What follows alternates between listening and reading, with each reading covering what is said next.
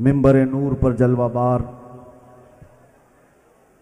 تاج المشائخ، شرف ملت، رفیق ملت، امان ملت اور تمام خانوادہ برکات، معزز علماء ذوی الاحترام، نائبان رسول، مہمانان رسول، اساتین ملت، حاضرین ملت، السلام علیکم ورحمۃ اللہ وبرکاتہ۔ الحمدللہ وکفی وسلام علی حبیبہ المصطفیٰ، اما بعد فاعوذ باللہ من الشیطان الرجیم، بسم اللہ الرحمن الرحیم۔ یا ایہا الذین آمنوا اتقوا اللہ ولتنظر نفس ما قدمت لغد واتقوا اللہ ان اللہ خبیر بما تعملون، صدق اللہ مولانا العظیم۔ بارگاہ رسالت معاب صلی اللہ علیہ وسلم میں درود پاک کا ہدیہ پیش کریں۔ اللہم صلی علی سیدنا محمد معدن الجود والکرم وآلہ واصحابہ الکرام وابنہ الکریم وبارک وسلم صلاة دائمة سرمدا ابدا۔ عزیزان گرامی وقار، ہم غلاموں کی حاضری کے لیے یہ دربار ہے، یہاں کے ٹکڑے کھانے کے لیے ہم آیا کرتے ہیں، تقریریں جمانے کے لیے نہیں۔ حکم ہوتا ہے آقاؤں کا، اور ان کے حکم کی تعمیل پر جب ہم کچھ لب کشائی کرتے ہیں تو پاور ہمارا نہیں ہوتا، ان کا ہی ہوا کرتا ہے۔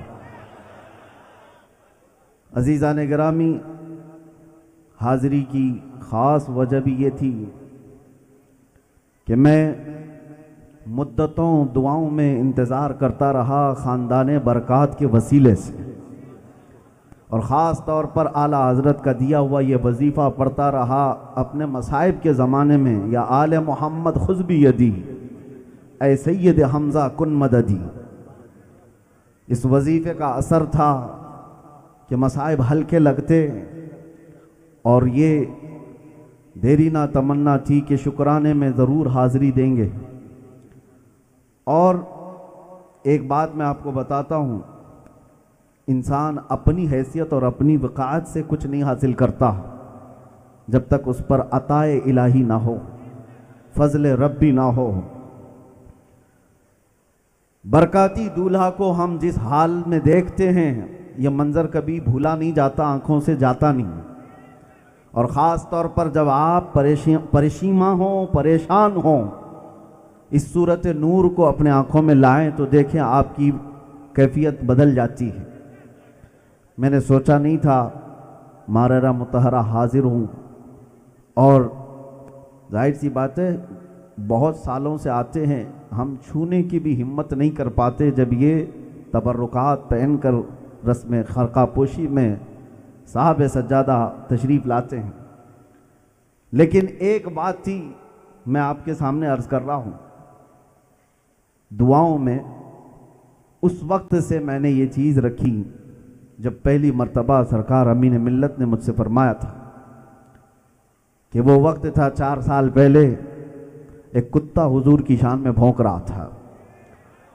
تب نبی پاک صلی اللہ تعالیٰ علیہ وسلم کی عزت اور ان کے ناموس کے دفاع میں مجھ فقیر سے کچھ کلمات ادا ہوئے، اس کی بہت سارے لوگوں نے تنقید بھی کی، تعریف بھی کی، سب اپنی جگہ پر۔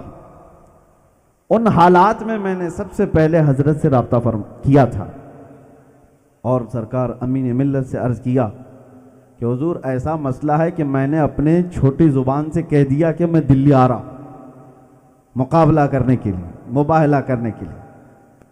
میں اپنے ان الفاظ میں کچھ خطا کار ہوں تو معاف فرمائیں، آپ کا کیا حکم ہے؟ آپ کے وہ الفاظ آج تک میرے کانوں میں گونجتے ہیں۔ آپ نے فرمایا تھا کہ تم اپنے گھر کے لیے نہیں جا رہے، وہ ہمارے نانا کی عزت کی بات، اور یہ نہیں کہا جاؤ دیکھا جائے گا کیا ہوتا ہے، بلکہ یہ کہا تھا جاؤ میں اپنے تبرکات کے ساتھ تمہارے ساتھ آتا ہوں۔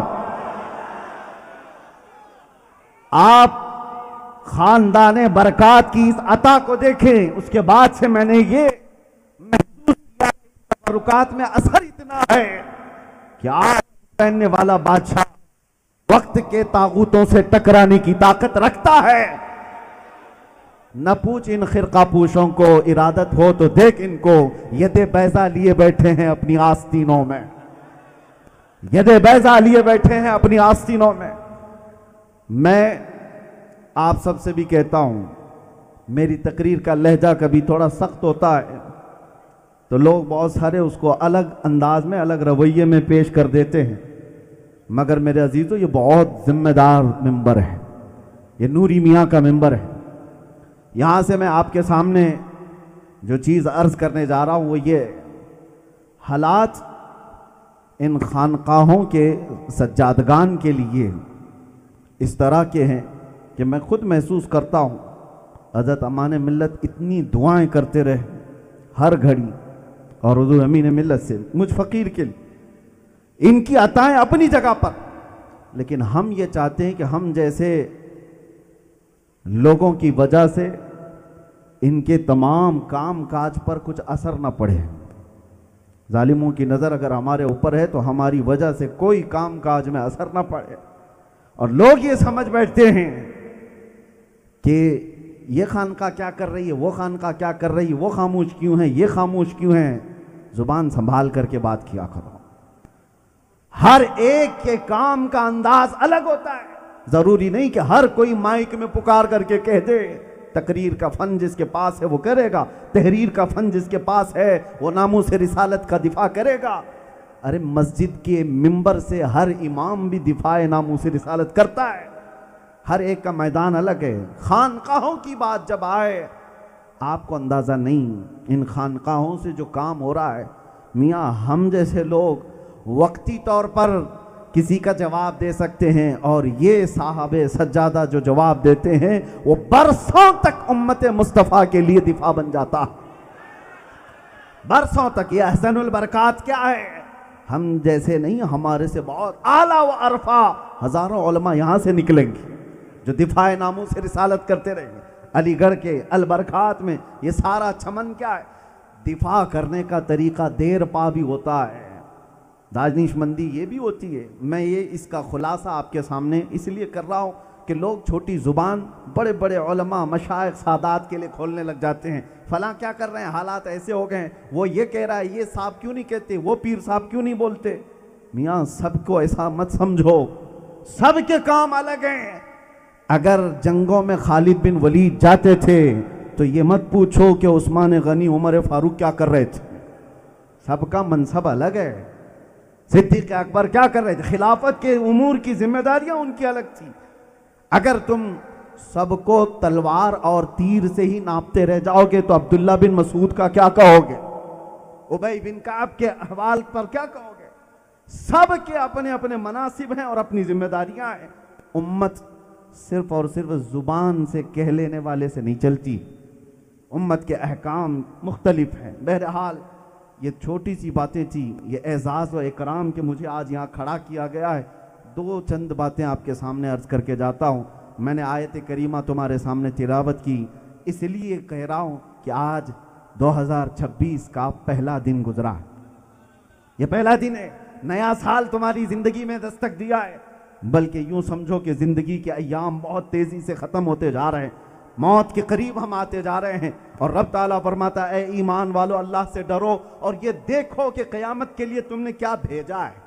اور اللہ کے نبی صلی اللہ تعالیٰ علیہ وسلم ارشاد فرماتے ہیں، حدیث ہے حضرت معقل بن یسار رضی اللہ تعالیٰ عنہ سے، کہ کوئی دن ایسا نہیں، کوئی دن ایسا نہیں جب تمہاری زندگی میں آتا ہے تو تمہیں صبح وہ ندا کرتا ہے، بولتا ہے کہ اے بنی آدم میں ایک نئی مخلوق ہوں، نیا دن ہوں تیری زندگی میں، کچھ کرنا ہو تو کر جا، قیامت کے دن تیرے اعمال کی میں گواہی دوں گا۔ اور اگر تو نے اس کو ضائع کر دیا، ایسے ہی وقت اس کو برباد کر دیا، تو اس کا بھی کل قیامت کے دن میں اس کی بھی گواہی دوں گا، ہر دن۔ اور حضور فرماتے ہیں رات بھی آتی ہے تو یہی کہتی ہے۔ ہمارے پاس بہت شارٹ ٹائم ہے، بہت مختصر وقت بچا ہے، خاص طور پر طلبہ کے لیے بھی میں کہتا ہوں، کچھ تو وہ بچے ہیں جو 6 سال حفظ قرآن میں بیٹھے رہے، پھر شادی کی عمر آ گئی، سب چھوڑ دیا۔ وقت کو محسوس کرو، میرے آقا صلی اللہ علیہ وسلم فرماتے ہیں 2 نعمتیں ایسی ہیں جس میں اکثر لوگ خسارہ اٹھاتے ہیں، 2 نعمتیں ایسی ہیں۔ وہ کون سی 2 نعمتیں؟ حضور فرماتے ہیں ایک وقت کی نعمت اور دوسرے صحت کی نعمت. جس کو اللہ نے صحت عطا کی ہے یہ بہت بڑی نعمت ہے, نہیں سمجھتا نوجوان. اور وقت جس کو ملا ہے آج. اور دوسری حدیث میں اللہ کے حبیب صلی اللہ علیہ وسلم ارشاد فرماتے ہیں اغتنم خمسا قبل خمس, 5 چیزوں کو 5 چیزوں سے پہلے غنیمت جانو. وہ کون سی 5 چیزیں ہیں؟ مختصر سنو.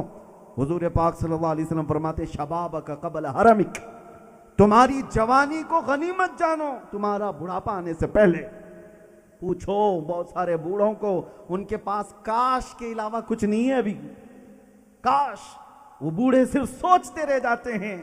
اور ایک حدیث میں آپ کو بتاؤں, حضور صلی اللہ علیہ وسلم فرماتے قیامت کے بعد جنتی جنت میں چلا جائے تو کسی بھی چیز کا غم اور خوف نہیں ہوتا سوائے ایک کے. بڑی الگ بات لگ رہی ہوگی آپ کو. جنت میں ایک چیز کا احساس بندے کو رہے گا. حدیث میں وہ کون سا؟ اس گھڑی کا, وہ وقت کا جو اس نے ضائع کیا تھا اور اللہ کا ذکر نہیں کیا تھا. جنت میں بھی اس کا اسے افسوس رہے گا جو وقت ضائع کیا ہے. نوجوانوں کو آج لگ رہا ہے تمہارے ہاتھوں میں سوشل میڈیا آئے تو 18 گھنٹے استعمال کر رہے ہیں. اور 5 چیزیں کون سی ہیں؟ تمہاری جوانی کو بڑھاپا آنے سے پہلے, غنا کا قبل فقرک, تمہیں اللہ نے تمنگری دی ہے, دولت دی ہے, تم محتاج ہونے سے پہلے اس کو غنیمت جانو. بھکاری بن جاؤ گے اس کے بعد پھر دولت کی صرف آس کرتے رہ جاؤ گے. اور تیسری چیز میرے آقا صلی اللہ علیہ وسلم فرماتے ہیں صحتک قبل سقمک, تمہارے بیمار ہونے سے پہلے اپنی صحت کو غنیمت جانو. میلاد مصطفیٰ کی مناسبت سے میں اکثر کچھ نوجوانوں کو لے کر کینسر ہاسپٹل جایا کرتا. ہر سال کا ہمارا معمول تھا, اس لیے جاتے ہیں کہ ایسے مریضوں کو دیکھنے کو ملتا ہے, اس کے بعد پھر اپنی صحت کا احساس ہوتا. ایک ایسے 40 سالہ جوان کو میں نے دیکھا, گردن میں پھوڑی, تکیہ پورا اس کا خون سے بھر جاتا تھا, کینسر کا مریض تھا, کئی دنوں سے پڑا ہوا ہے. ہم جیسے ہی گئے کہا حضرت دعا کر دیجئے, دعا کر دی. سارے مریض تو کہتے تھے, لیکن اس نے ایک چیز جو کہی آج بھی وہ دل پہ لگتی ہے. اس نے کہا کہ حضرت بات صرف اتنی ہے کہ میں ایک بار اٹھ کر کے سجدہ کرنا چاہتا ہوں لیکن گردن اٹھا نہیں سکتا. گردن اٹھا نہیں سکتا. جیسے ہی گردن اٹھاتا ہوں پھوڑے سے خون بہنا شروع ہو جاتا ہے. اور کینسر ایسا ہے کہ موت کے قریب لے جا رہا ہے, اور وہ روتا ہے کہ مجھے ایک سجدہ کرنے کی بھی اب مہلت نہیں رہ گئی. عزیزو, آج تمہارے جو سر سلامت ہیں, تم غفلت میں زندگی گزار رہے ہو. ایک سجدہ جو تم بھاری سمجھتے ہو, اور در کی بھیک مانگنے سے تمہیں یہ سجدہ نجات دیتا ہے. آپ اس چیز کو غنیمت جانو, وقت کو ضائع نہ کرو. نوجوانوں, موبائل تمہارے ہاتھ میں آیا ہے تو کیا, کس چیز کے لیے؟ پب جی کے لیے, رات بھر انٹرنیٹ چلانے کے لیے. اور میں تو سمجھتا ہوں قیامت کے دن کچھ لوگ جو سوال کیے جائیں گے تو نے دین نہیں سیکھا, تو پہلے والے ہو سکتا ہے عذر کر دیتے, ہمارے پاس کوئی عالم ہی نہیں تھا. تم کیا عذر کرو گے؟ اب تو تمہارے ہاتھ میں سارا ذریعہ موجود ہے, تم ساری چیزیں اس انٹرنیٹ سے سیکھ سکتے تھے, لیکن نہیں, علم نہیں حاصل کیا, دین نہیں حاصل کیا, بلکہ اس ذریعے کو صرف اور صرف اپنے انٹرٹینمنٹ کے لیے استعمال کیا اور وقت کو برباد کیا. چوتھی چیز میرے آقا صلی اللہ علیہ وسلم فرماتے ہیں کہ اپنی فرصت کے وقت کو غنیمت جانو مشغول ہونے سے پہلے. وہ جوان جو ابھی شادی نہیں کیے ہیں وہ کتنے آزاد ہیں انہیں پتا ہے. کب پتا چلے گا؟ جب بیوی ہو جائے, بچے ہو جائے, راشن لانا پڑ جائے, نوکری, سارے جب کام آ جائیں تب پتا چلے گا کہ پہلے تو بہت اچھا تھا. جو تمہارے پاس اللہ تعالیٰ نے فراغت عطا کی ہے, یہ مشغولیت آنے سے پہلے, یہ 4 چیزیں تو ہو گئی. سب سے بڑی چیز میرے آقا فرماتے ہیں, یہ تو 4 چیزیں ہو گئی. جوانی کو غنیمت جانو بڑھاپے سے پہلے, صحت کو غنیمت جانو بیماری سے پہلے, دولت کو غنیمت جانو محتاجی سے پہلے, اپنی فرصت کو غنیمت جانو مشغول ہونے سے پہلے. لیکن یہ سب میں اگر تم نے نہیں بھی کیا, حضور فرماتے ہیں اغتنم حیاتک قبل موتک, اپنی زندگی کو غنیمت جان مرنے سے پہلے. مرنے سے پہلے جو کچھ بھی باقی ہے تمہارے پاس یہ وقت نکل جائے گا. گیا وقت پھر ہاتھ آتا نہیں, صدا دور دورہ دکھاتا نہیں. امام ابو یوسف امام اعظم ابو حنیفہ کے شاگرد ہیں. 18 سال کے قریب آپ نے ان کی ملازمت ایسی کی, میں پڑھ کر کے حیرت میں رہ گیا.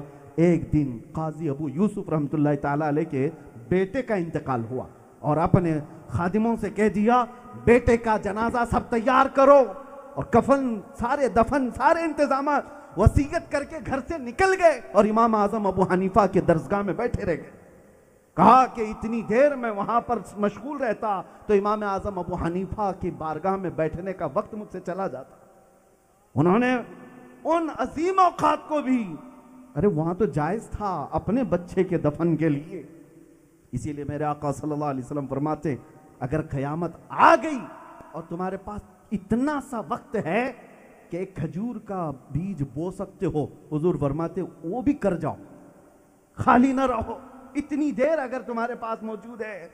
اور نوجوانوں نے آج کیا بنا رکھا ہے کہ ابھی تو سیٹل نہیں ہوا, ابھی تو سٹینڈ نہیں ہوا, 25 سال کا ہو گیا, 30 سال کا ہو گیا, لوگوں پر بوجھ بنا ہے, ماں باپ پر بوجھ بنا ہوا ہے. آج میں محسوس کر رہا ہوں ہندوستان بھر کے جس علاقے میں جاتا ہوں سب سے پہلے مجھ سے لوگ یہ کہتے ہیں ہمارے علاقے کے بچے نشہ خور ہو چکے ہیں, نشہ بکتا یہاں ہے, نشہ آتا یہاں ہے, بچے نشہ کرتے ہیں. کتنی مائیں روتی ہیں. جیلوں میں ہم نے دیکھا ہے دروازے پر 4-4 گھنٹے مائیں بیٹھ کر چلی جاتی تھی کیونکہ ان کے بچے ڈرگز کی وجہ سے جیل میں بند ہیں. اور جبکہ اتنی سخت ترین سزائیں, کون تمہیں یہ نشے میں مبتلا کر رہا ہے؟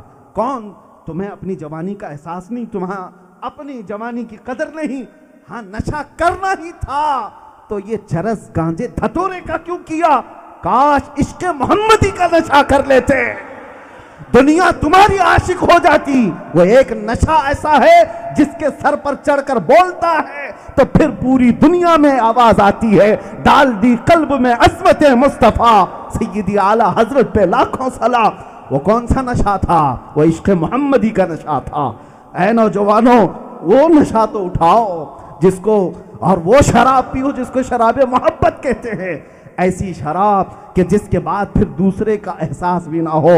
اور اقبال اسی کو کہتا ہے کہ جو محمد عربی کی محبت کے نشے میں مبتلا ہو گئے ان کا حال یہ ہوتا ہے, ان کا حال یہ ہوتا ہے دو عالم سے کرتی ہے بیگانہ دل کو عجب چیز ہے لذت آشنائی, عجب چیز ہے لذت آشنائی.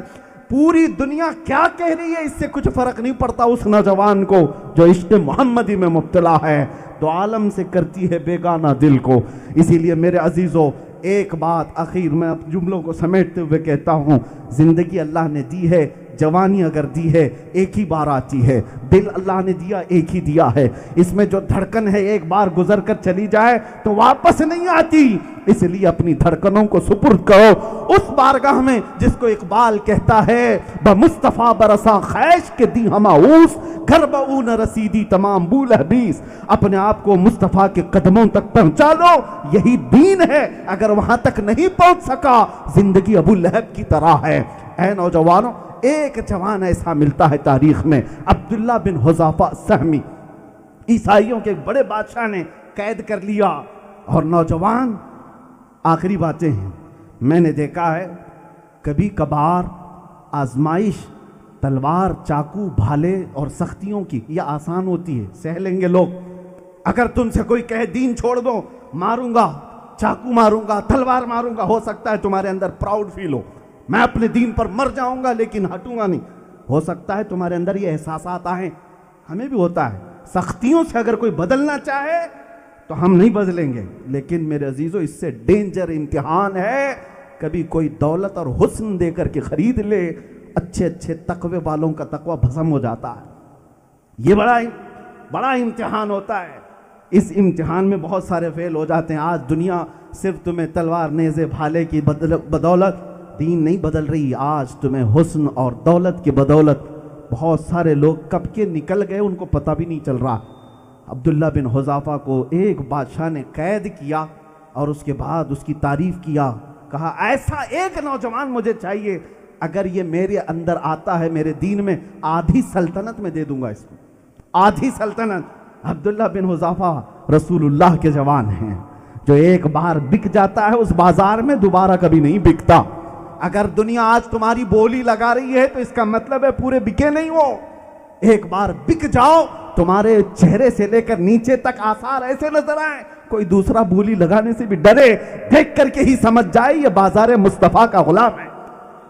عبداللہ بن حذافہ کو جب یہ پیشکش کی گئی آدھی سلطنت دے دوں گا، عبداللہ بن حذافہ مسکرائے، کہا یہ نہیں ہو سکتا، میرا دین اتنا سستا نہیں۔ بادشاہ نے کہا اس سے بھی زیادہ دے دوں گا، تو میرے دین میں آ جا۔ عبداللہ بن حذافہ کا جواب ہر نوجوان سن لے، جوانی کس کو کہتے ہیں؟ وہ کہتے ہیں اے بادشاہ تو پوری سلطنت دے دے، اس کے بعد ایک اور سلطنت، اس کے بعد ایک اور سلطنت دے، 3 بڑی سلطنتیں تو مجھے دے دے، اس کے باوجود اگر پلک جھپکنے کے برابر بھی تو کہے میں میرے مصطفیٰ سے بے وفائی نہیں کر سکتا، میں غداری نہیں کر سکتا۔ وہ لوگ جو اپنا وقت برباد کر رہے ہیں وہ کیا کر رہے ہیں؟ اپنے نبی سے وفا کر رہے ہیں، اپنے نبی سے محبت کا جو دعویٰ کر رہے ہیں۔ صرف نعروں میں نہیں ہوتی محبت۔ میرے آقا سے ایک صحابی نے کہا تھا واللہ انی لأحبک یا رسول اللہ، اے اللہ کے رسول قسم خدا کی میں آپ سے بہت محبت کرتا ہوں۔ حضور نے کیا فرمایا تھا جواب میں؟ انظر ماذا تقول، سوچ لے کیا بول رہا ہے۔ یہاں کہتے ہیں نا ہم لبیک یا رسول اللہ، اے اللہ کے رسول ہم حاضر ہیں۔ حضور نے فرمایا تھا صحابی کو انظر ماذا تقول، انہوں نے دوبارہ کہا واللہ انی لأحبک یا رسول اللہ، قسم خدا کی اے اللہ کے رسول میں آپ سے بے حد محبت کرتا ہوں۔ حضور نے پھر فرمایا انظر ماذا تقول 3 بار۔ جب انہوں نے تینوں بار یہ کہا آقا میں سچ کہہ رہا ہوں، قسم خدا کی آپ سے بہت محبت کرتا ہوں، تب میرے آقا نے فرمایا اگر تو اپنی بات میں سچا ہے تو انتظار کر، مصیبتیں ایسے آئیں گی جیسے پہاڑ سے پانی بہہ کر جلدی آتا ہے، اتنی جلدی آ جائیں گی۔ لوگ یہ سمجھتے ہیں عشق رسول حلوہ پراٹھا کھانے کا نام ہے، عشق رسول محبت مصطفیٰ کہیں بیٹھ کر کے آسانی سے نعرہ لگانے کا نام ہے۔ میں ابھی اگر کسی سے کہوں اپنے نبی پاک کے قدموں پر جان دینے کو تیار ہو تو ہر کوئی ہاتھ اٹھائے گا، ہر کوئی کہے گا میاں جان دینا گردن دینا بات کی بات، ذرا دل پر ہاتھ رکھ کر کے بتاؤ اس نبی کے لیے اپنی گردن دے سکتے ہو تو اپنی زندگی سے کچھ برائیاں میرے نبی کے نام پر کیوں نہیں چھوڑ سکتے؟ کیوں نہیں چھوڑ سکتے؟ کیا آج سے یہ عہد کرتے ہو کہ گانے نہیں سنوں گا؟ میرے مصطفیٰ نے فرمایا جو گانے سنتا ہے اس کے دل میں نفاق پیدا ہوتا ہے، وہ زنا کی طرف لے جاتے ہیں گانے۔ آج عرس نوری میں یہ عہد کر کے جاؤ میرے نبی سے میں وفا کرتا ہوں اور حضور سے وفا کرتے ہوئے یہ عہد کرتا ہوں جو میرے نبی کو پسند نہیں وہ میں نہیں کروں گا۔ یہ عہد کرتے ہو اپنی آنکھوں کی حفاظت، اپنے کانوں کی حفاظت۔ نشہ کرتا ہے اگر کوئی کسی بھی قسم کا توبہ کر کے اٹھے۔ میرے عزیزو جس نے اپنے جان کو اپنے ہاتھوں برباد کیا اس نے خود اپنے آپ کو نہیں، اپنے خاندان کو ہی نہیں، ماں کو نہیں تڑپایا، صرف باپ کو نہیں تڑپایا، صرف اپنے بھائیوں کو نہیں، بلکہ فرمایا گیا ہے کہ حضور پاک صلی اللہ تعالیٰ علیہ وسلم کو اذیت پہنچایا۔ جب کبھی کسی امتی کے تلووں میں کانٹا بھی چبھے تو میرے آقا کو اس کے درد کا احساس ہوتا۔ تم تو پورے برباد کر جاؤ گے اور سوچتے ہو کہ حضور کو کچھ نہیں ہوگا۔ ہر ہفتے فرشتے ہمارے اعمال کی خبر حضور کی بارگاہ میں پیش کرتے ہیں۔ بہت میں دل دکھ کے ساتھ یہ عرض کر رہا ہوں جو حالات دیکھ کر کے آئے، مسلمان کو اس جگہ پر نہیں ہونا چاہیے۔ ارے میاں میری بات الگ ہے، میں کسی اور جرم میں گیا لیکن دوسروں کو دیکھتا ہوں، تم کو اس جرم میں نہیں آنا چاہیے تھا، اس لیے کہ نبی پاک کا نام اور ان کی نسبت تمہارے ساتھ جڑی ہوئی ہے۔ اتنا خیال رکھ لو میرے عزیزوں۔ پھر اخیر میں اعلیٰ حضرت عظیم البرکت فاضل بریلوی رضی اللہ تعالیٰ عنہ کی بات کہہ کر کے جاتا ہوں، سارا ڈپریشن، سارا ٹینشن، ساری برائیاں ختم ہو جائیں گی۔ ایک عمل کر لو، وہ عمل کیا ہے؟ انہیں جانا، انہیں مانا، نہ رکھا غیر سے کام۔ للہ الحمد میں دنیا سے مسلمان گیا۔ اٹھو قوت عشق سے ہر پست کو بالا کر دو، دہر میں نام محمد سے اجالا کر دو، کی محمد سے وفا تو نے تو ہم تیرے ہیں، یہ جہاں چیز ہے کیا لوح و قلم تیرے ہیں۔ اور اعلیٰ حضرت کا آدھا جملہ کہتا ہوں، پورا جملہ ہر سنی کرتا ہے۔ ہماری زندگی کا اصل مقصد وہ جو نہ تھے تو اور وہ جو نہ ہو تو، یہ سارے سنیوں کو معلوم ہے، وہ جو نہ ہو تو کچھ نہ ہو، جان ہے وہ جہان کی اور جان ہے تو وقت کی بات کہہ رہا تھا۔ آخر میں یہ لمحہ ناشکری کا نہ ہو جائے، وقت آج کس کا ہے؟ لوگ کہتے ہیں نا جہانگیر کا وقت تھا، اکبر کا وقت تھا، بابر کا تھا، وہ تھا۔ ابو الحسین احمد نوری کا وقت آج بھی ہے، شاہ برکات کا وقت آج بھی ہے، جتنے یہاں پر آرام کر رہے ہیں ان کا وقت ہے۔ کبھی فارسی میں شعر سنا، شاہ است حسین، بادشاہ است حسین، فارسی میں است کہتے ہیں اور بود کہتے ہیں تھا۔ شعر میں نہیں کہا گیا شاہ بود حسین، بادشاہ تھا حسین، نہیں، بادشاہ ہے حسین۔ ہر وقت ان کا ہوتا ہے جو روح وقت کو تھام لیتا ہے۔ روح وقت کون ہے؟ مصطفیٰ کریم صلی اللہ علیہ وسلم کی ذات ہے جو ان کو تھام لیا۔ ہر سال اس کا ہے، ہر مہینہ اس کا ہے، ہر دن اس کا ہے۔ ارے 100 سال گزر گئے، اعلیٰ حضرت ابھی پرانے نہیں ہوئے، ہمارے مجمع میں جوان ہے، ابھی عشق محبت عشق محبت، بس اتنا کہہ دو اعلیٰ حضرت آ جاتے ہیں۔ کیوں؟ جو وقت کی روح کو پکڑ لیتا ہے اس کا وقت کبھی پرانا نہیں ہوتا۔ اس لیے اپنے وقت کو برباد نہ کرو، روح وقت کو پکڑ لو۔ ہر آنے والا زمانہ تمہارا ہے، 25 بھی تمہارا، 2026 بھی تمہارا، 2027 بھی تمہارا۔ اللہ جب تک حیات دے تب تک تو ہے ہی، قیامت آنے تک تمہاری قبر میں جانے کے بعد بھی وقت تمہارا ہی، وقت تمہارا ہی ہے۔ اس لیے کہ روح وقت کو جو تھام لیا اس کا وقت کبھی ختم نہیں ہوتا۔ آخر میں عرض ہے مولا کی بارگاہ میں، اے رب العالمین، اے کائنات کے پروردگار، جتنے عرص نوری میں آئے ہیں مولا، نوری میاں کو جس طرح تو نے ہر زمانے کا بادشاہ رکھا ہے، ہمیں ہر زمانے کا غلام بنا کر کے رکھ۔ لبیک یا رسول اللہ۔